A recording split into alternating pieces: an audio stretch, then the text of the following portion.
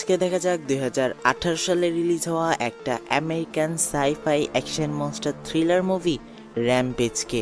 এই মুভিতে দেখানো হয়েছে স্পেস স্টেশনে করা একটা ছোট্ট ভুল এক্সপেরিমেন্ট পুরো পৃথিবীর মানুষদেরকে বিপদে ফেলে দেয়, যার পরে চারপাশে তাণ্ডব শুরু হয়। কিন্তু কথা হলো, এসবের শুরুটা হলো কোথা থেকে এবং কিভাবে এই দানবগুলো শহরে এলো, আর এসবের পেছনে কার পরিকল্পনা এবং সামনে কি কি হতে চলেছে।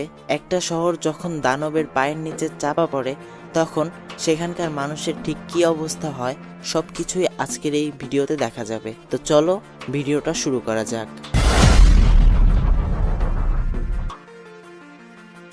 মুভি শুরুতেই আমাদেরকে মহাকাশের একটি স্পেস স্টেশন দেখানো হয়, যেখানে কিছু বিজ্ঞানীরা মিলে ইঁদুরের সঙ্গে এক্সপেরিমেন্ট করছিল।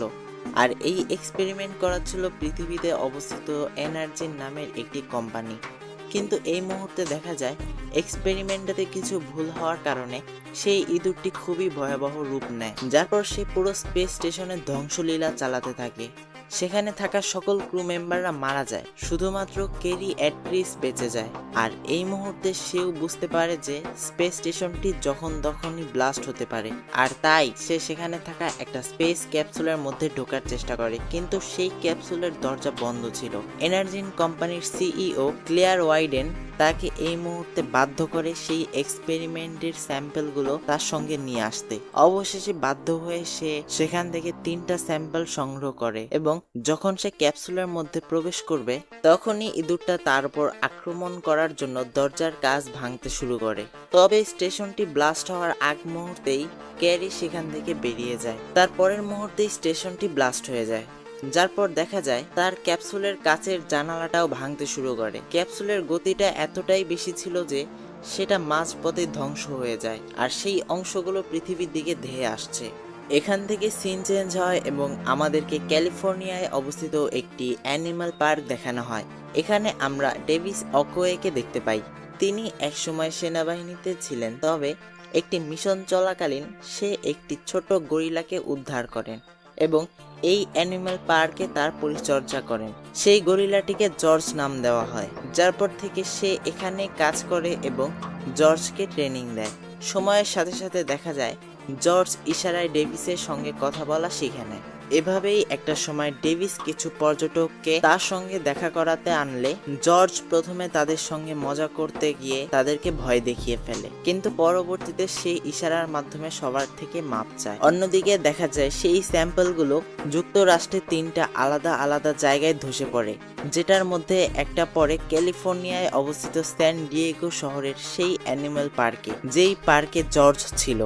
জর্জ কিছু বুঝতে না পেরে কৌতূহলবশত সেটির কাছে যায় এবং সেটি থেকে কিছুটা গ্যাস বেরিয়ে জর্জের শরীরে ঢুকে পড়ে। অন্যদিকে দেখা যায় আরেকটি স্যাম্পল একটি জঙ্গলে পড়লে একটি নেকড়ে সেটির সংস্পর্শে চলে আসে। আরেকটি ফ্লোরিডা নামের জলাভূমিতে পড়লে একটি কুমির সেটাকে খেয়ে ফেলে। পরদিন দেখা যায় জর্জ সেই স্থানে থাকা সব থেকে ভয়ানক প্রাণীকে হত্যা করেছে, যা ডেভিস যখন দেখতে পারে তখন সে জর্জকে শান্ত হতে বলে। সে এটা দেখে অবাক হয়ে যায় যে জর্জ এক রাতের মধ্যেই অস্বাভাবিকভাবে বড় হয়ে গেছে। কিছুটা সামনে ডেভিস সেই স্যাম্পলটিকে দেখতে পায় এবং সেটিকে তার কাছেই রেখে দেয়। এরপরের সিনে আমাদেরকে শিকাগোতে অবস্থিত এমার্জিন কোম্পানি দেখানো হয়, যেখানে ক্লিয়ার এবং তার ভাই ব্রেড তাদের স্যাটেলাইট দ্বারা জানতে পেরেছে যে তাদের এক্সপেরিমেন্টের 3টা স্যাম্পল পৃথিবীতে পতিত হয়েছে, আর তারা যদি এখন সেগুলোকে তাড়াতাড়ি উদ্ধার করতে পারে তাহলে সেগুলোকেই বিক্রি করে তারা অনেক মুনাফা অর্জন করতে পারবে। কিন্তু তাদেরকে যা করার দ্রুত করতে হবে, কারণ যদি তাদের এই মিশন সম্পর্কে অন্যরা জেনে যায় তাহলে তাদের এইটার কারণে অনেক বড় বিপদ হতে পারে। তাই ক্লেয়ার সময় নষ্ট না করে একটি বাহিনীকে অর্ডার দেয় যাতে তারা সেই স্যাম্পলগুলোকে উদ্ধার করতে পারে। অন্যদিকে আমরা ক্যাট কোয়েলকে দেখতে পাই, যে জানে জর্জ কেন এতটা বড় হয়ে গিয়েছে এবং এই মুহূর্তে সেও জর্জের কাছে যায়। এরপর দেখা যায় সেই বাহিনী সেই জঙ্গলে উপস্থিত হয় সেই স্যাম্পলটি উদ্ধার করার জন্য এবং সেখানে একটি বড় নেকড়ের পায়ের ছাপ রয়েছে, যা দেখে ক্লিয়ার বুঝতে পারে যে কোনো একটা নেকড়ে সেই স্যাম্পলটির গ্যাসের সংস্পর্শে এসেছে এবং সেই এই বাকি নেকড়েগুলোকে হত্যা করেছে। আর এই মুহূর্তে ক্লিয়ার তাদেরকে অর্ডার দেয় সেই নেকড়েটিকে যেভাবেই হোক ধরে আনতে। এর পরের সিনে দেখা যায় ক্যাটও সেই স্থানে উপস্থিত হয় এবং এই মুহূর্তে সে ডেভিসকে সেই স্যাম্পল সম্পর্কে বলতে থাকে। এর সাথে সাথে সে নিজেকে এনার্জিনের একজন বিজ্ঞানী হিসেবেও দাবি করে এবং সে তাকে এটাও বলে যে সে জর্জকে পুনরায় স্বাভাবিক করতে পারবে, যা শুনে ডেভিসও তাকে জর্জের কাছে নিয়ে যায়। ডেভিস তাকে বলে গতকাল জর্জ 7 ফুট লম্বা এবং 250 কেজি ওজনের ছিল, কিন্তু এক রাতের মধ্যেই সে 9 ফুট লম্বা এবং 1000 কেজি ওজনের হয়ে উঠেছে। যা দেখে ক্যাট বলে তারা এমন কিছু এক্সপেরিমেন্ট করছিল যার সাহায্যে তারা যে কোনো প্রাণীকে সাধারণ থেকে বড় এবং শক্তিশালী করে তুলতে পারবে।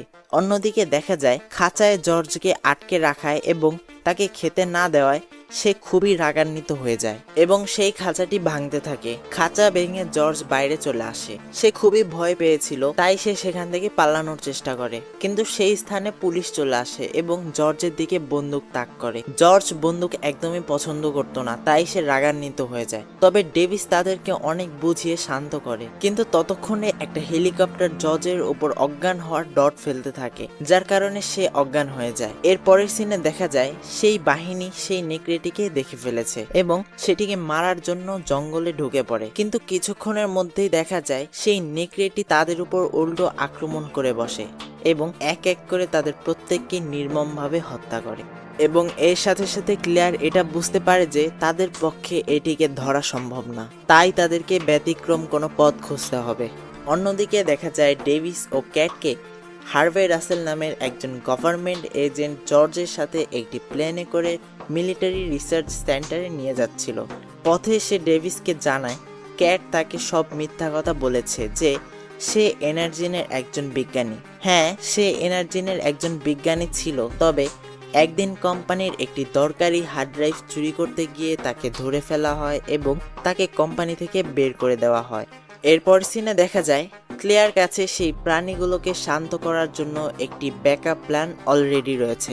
R19 নামক একটি অ্যান্টিডট সে প্রথমেই তৈরি করেছিল, যেটা সেই দানবদের শরীরকে বড় হতে বাধা দেবে এবং তাদেরকে শান্ত করে তুলবে। ক্লেয়ার সেই দানবগুলোর ডিএনএ সংগ্রহ করে সেগুলোকে ব্ল্যাক মার্কেটে বিক্রি করতে চায়, যার সাহায্যে সে অনেক মুনাফা অর্জন করতে পারবে। তবে এখানে কথা হলো তাদেরকে এই স্থানে কি করে আনবে। এখানে দেখা যায় ক্লেয়ার অলরেডি একটি হাইটেক মেশিন তৈরি করে ফেলেছে, যার সাহায্যে তারা এমন কিছু সিগন্যাল পাঠাবে যা শুধু সেই দানবরাই শুনতে পাবে এবং তাদের এতটা সমস্যা হবে যে তারা এই যন্ত্রটিকে বন্ধ করতে এখানেই ছুটে আসবে। ইতোমধ্যে তারা যন্ত্রটা চালুও করে দেয়, যেটার সিগন্যাল পেয়ে সেই কুমিরটা সেদিকেই আসতে থাকে। অন্যদিকে মাটি থেকে প্রায় 32,000 ফুট উপরে প্লেনে বন্দি থাকা জর্জ হঠাৎ করে সেই সিগন্যালটির কারণে রেগে যায় এবং তার খাঁচা ভেঙে এক এক করে সেখানে অবস্থিত সবাইকে মারতে থাকে। এই ঘটনা চলাকালীন প্লেনে থাকা একটা বোম ফেটে যায়, যার ফলে প্লেনটা নিচের দিকে পড়তে থাকে। তখন ডেভিস কোনোভাবে ক্যাটকে আর এজেন্ট রাসেলকে নিয়ে একটি প্যারাশুটের সাহায্যে প্লেন থেকে বেরিয়ে যায় এবং এই যাত্রায় তারা 3 জন কোনোভাবে বেঁচে যায়। তবে দুর্ভাগ্যবশত জর্জ প্লেনটি থেকে বেরোতে পারে না, আর কিছুটা পর দেখা যায় প্লেনটি মাটিতে ক্র্যাশ করে। ক্র্যাশ হওয়া প্লেনটিতে যখন তারা জর্জের মৃতদেহ খোঁজার চেষ্টা করে তখন তারা কিছুই সেখানে পায় না, কিন্তু সেখানে তারা জর্জের পায়ের ছাপ দেখতে পায়, যা দেখে ডেভিস বুঝে যায় জর্জ আহত হয়েছে, তবে মারা যায়নি। অন্যদিকে দেখা যায় এনার্জিন কোম্পানিতে FBI উপস্থিত হয়। তারা এই মুহূর্তে কোম্পানিকে তদন্ত করতে এসেছে। ক্যাট তাদেরকে এখানে বলে তার জন্যই সব সমস্যা হয়েছে, যদি সে এই ফর্মুলাগুলো না বানাতো তাহলে হয়তো আজকে এই সমস্যা হতো না। যা শুনে ডেভিস তার কাছে সবকিছু জানতে চায়। ক্যাট তাকে জানায় কিছু সময় আগে সে এনার্জিনের হয়েই কাজ করত এবং সে এমন কিছু ফর্মুলা তৈরি করে ফেলে যেটার সাহায্যে ক্লেয়ার এমন প্রাণী তৈরি করতে চেয়েছিল যা তারা ব্ল্যাক মার্কেটে বিক্রি করে প্রচুর মুনাফা অর্জন করতে পারবে। যদিও সেই ফর্মুলা ব্যবহার করে ভালো কিছু করা যেত, কিন্তু ক্লেয়ার সেটা করেনি। যা জানার সাথে সাথে যেই হার্ড ড্রাইভে সেই ফর্মুলাগুলো ছিল সেগুলোকে নষ্ট করতে গেলে কোম্পানি তাকে চুরির অভিযোগে জেলে পাঠিয়ে দেয়। আর এখন সে চায় ক্লেয়ার যেন এমনটা না করতে পারে, কারণ যদি সে এই স্যাম্পলগুলো ব্ল্যাক মার্কেটে বিক্রি করে তাহলে এটি পুরো পৃথিবীর জন্য ভয়াবহ হবে। আর এই মুহূর্তে এজেন্ট রাসেল ডেভিসকে তার জীবন বাঁচানোর জন্য ধন্যবাদ জানায়, আর তখনই 2টা হেলিকপ্টার তাদেরকে উদ্ধার করতে সেখানে চলে আসে। এরপর তাদেরকে স্কট এয়ারফোর্স বেসে নিয়ে আসা হয়, যেখানে আমরা কর্নেল ব্ল্যাককে দেখতে পাই। ডেভিস ও ক্যাট তাকে বোঝানোর চেষ্টা করে যে এদেরকে গুলি করে থামানো সম্ভব নয়, যার কারণে জর্জ ও সেই নেকড়ে নিজেদের মধ্যে লড়াই না করে একসাথে শিকাগোর দিকে যাচ্ছে।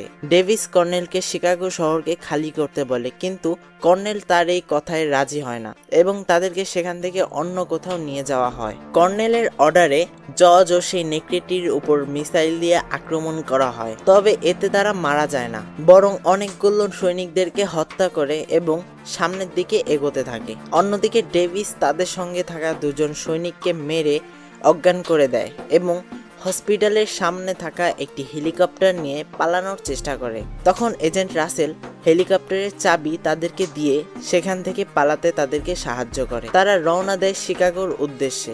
কিছুক্ষণ পর দেখা যায় জর্জ ও সেই নেকড়েটি শহরে ধ্বংসলীলা শুরু করেছে। আর্মি তাদের উপর গুলি ছড়ছে, তবে এতে কোনো লাভ হচ্ছে না। তখনই তারা রাডারে কিছু একটা দেখতে পায় যেটা শহরের কাছেই আসছে, আর কিছুক্ষণের মধ্যেই দেখা যায় সেটা ছিল সেই কুমির, যার পর শুরু হয় দানব আর আর্মিদের মধ্যে লড়াই। কর্নেল সিদ্ধান্ত নেয় যে সে শিকাগো শহরে একটি বিশেষ বম ফেলবে, যার সাহায্যে সেই দানবগুলো মারা যাবে।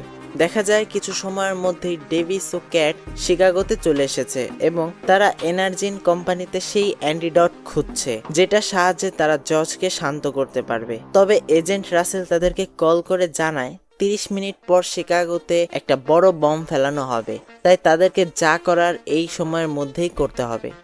FBI কিছু না পেলেও তারা সেখানে থাকা একটি কন্টেনার থেকে সেই R-19 অ্যান্টিডট পেয়ে যায়। তবে ততক্ষণে ক্লিয়ার আর ব্রেড সেই স্থানে উপস্থিত হয়, যার পর ক্লিয়ার ক্যাটের কাছ থেকে সেই অ্যান্টিডট গুলো নিয়ে নেয়। তবে ক্যাট চালাকি করে একটা অ্যান্টিডট তার পকেটেই রেখে দিয়েছিল। ক্লিয়ার ডেভিসের পেটে একটা গুলি করে এবং ক্যাটকে ভয় দেখিয়ে উপরে নিয়ে যায়। তবে তাদের হেলিকপ্টারে ওঠার আগেই জর্জ সেখানে চলে আসে এবং তাদের উপর আক্রমণ করে, কিন্তু ডেভিস সঠিক সময় এসে ক্যাটকে বাঁচিয়ে নেয়।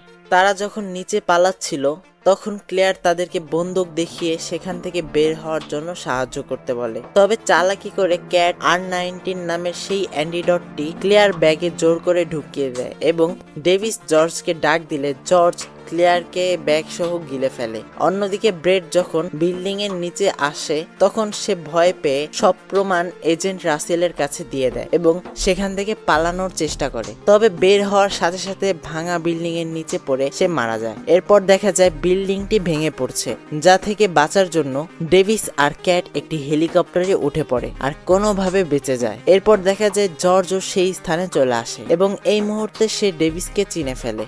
জর্জ ও ডেভিস অন্য দানবগুলোকে থামানোর চেষ্টা করে আর ক্যাট এজেন্ট রাসেলের সঙ্গে দেখা করে তাকে বম ফেলতে বাধা দিতে বলে, কেননা শহরে এখনো অনেক মানুষ আটকে আছে। যা শুনে সে কর্নেলকে ফোন করে এবং তাকে জানায় এখানে এখনো অনেক মানুষ আটকে রয়েছে, তাই কর্নেলও বম ফেলে না।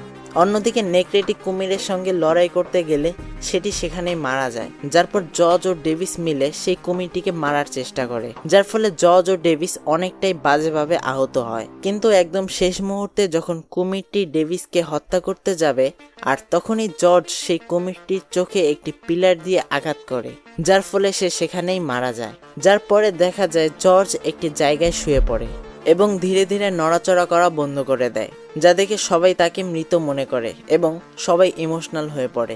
আর তখনই ডেভিস দেখে জর্জ কিছুটা চোখ খুলছে। পরবর্তীতে সে বুঝতে পারে জর্জ তার সামনে মারা যাওয়ার অ্যাক্টিং করছিল। এরপর তারা সবাই সেখানে আটকে থাকা মানুষদেরকে উদ্ধার করে এবং এখানেই এই মুভিটা সমাপ্ত হয়।